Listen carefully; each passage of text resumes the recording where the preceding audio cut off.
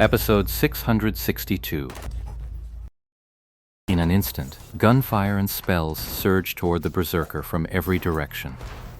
But Lord Grimm, at that very moment, rolled forward and, whump, snapped open the myriad manifestations umbrella, sweeping it in an arc to block several hits. Blocking that one round was more than enough. Raging Blood Tide then activated. The berserker's heavy sword transformed into a colossal blood blade, cleaving across the sky as it swept forward. The blood blade exploded on impact, a ring of pulsing crimson spreading outward. The players who failed to block the strike scrambled to dodge, but some were still too slow. Fortunately, no one took that blood blade directly to the head. That was undoubtedly where the skill dealt its heaviest damage. The battle mage and the grappler finally touched down. The battle mage raised his spear, gathered his power, and with a dragon breaks the ranks, he plunged straight into the crowd. The grappler rolled in close to a player, grabbed hold of their legs with practiced ease, then lifted and spun them in a full circle. This was the grappler skill, circle throw.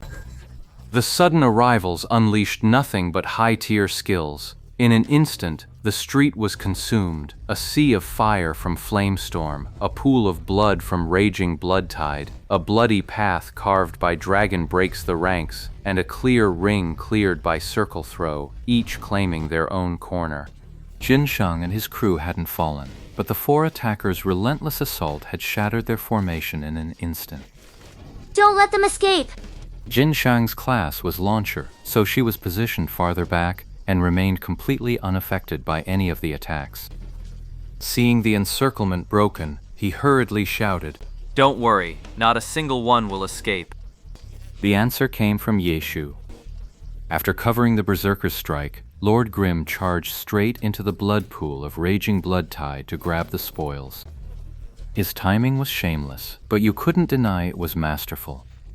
The cleric above finished a chant, and a white beam of restorative light bathed Lord Grimm. Blocking an attack with a shield only reduces damage. If you can dodge, no one would choose that method. Lord Grimm was only level 52, yet he took the hits to cover the berserker. By now, his health bar had dropped considerably.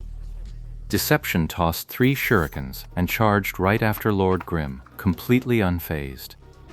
Before they attacked, each one had joined the party one by one. He knew help was coming all along. He was just waiting to unleash it all at once. Who are these people? Jin Shang's players shouted in fury, but the newcomers' names were unfamiliar, and none of them bore a guild tag overhead. For the moment, their origins remained a mystery. The 4 players who had charged in and broken their formation instantly regrouped, joining Lord Grimm in attacking the player who had been hit by Raging Blood Tide. Once those characters focused their fire, the damage output got pretty intense.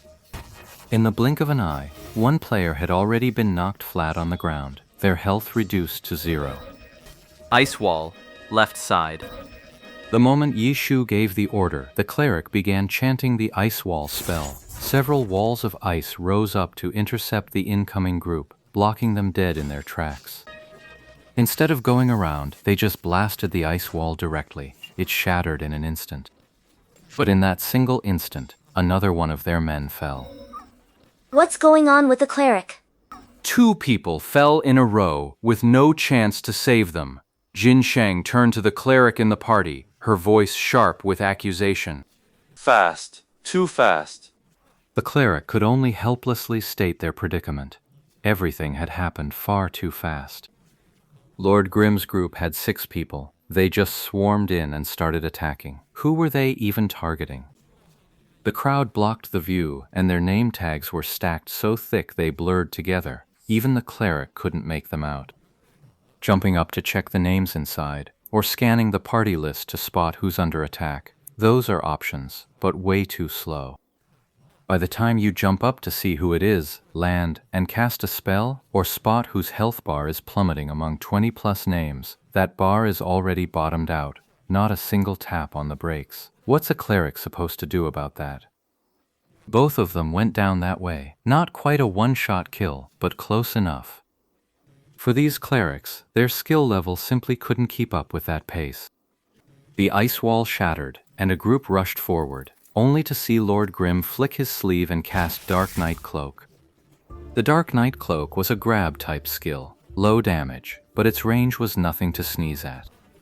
That shadow whip lashed out, and the charging group jolted in surprise. They tried to dodge, but their formation was too tight. They just ended up blocking each other, and in an instant, they were all trapped right there.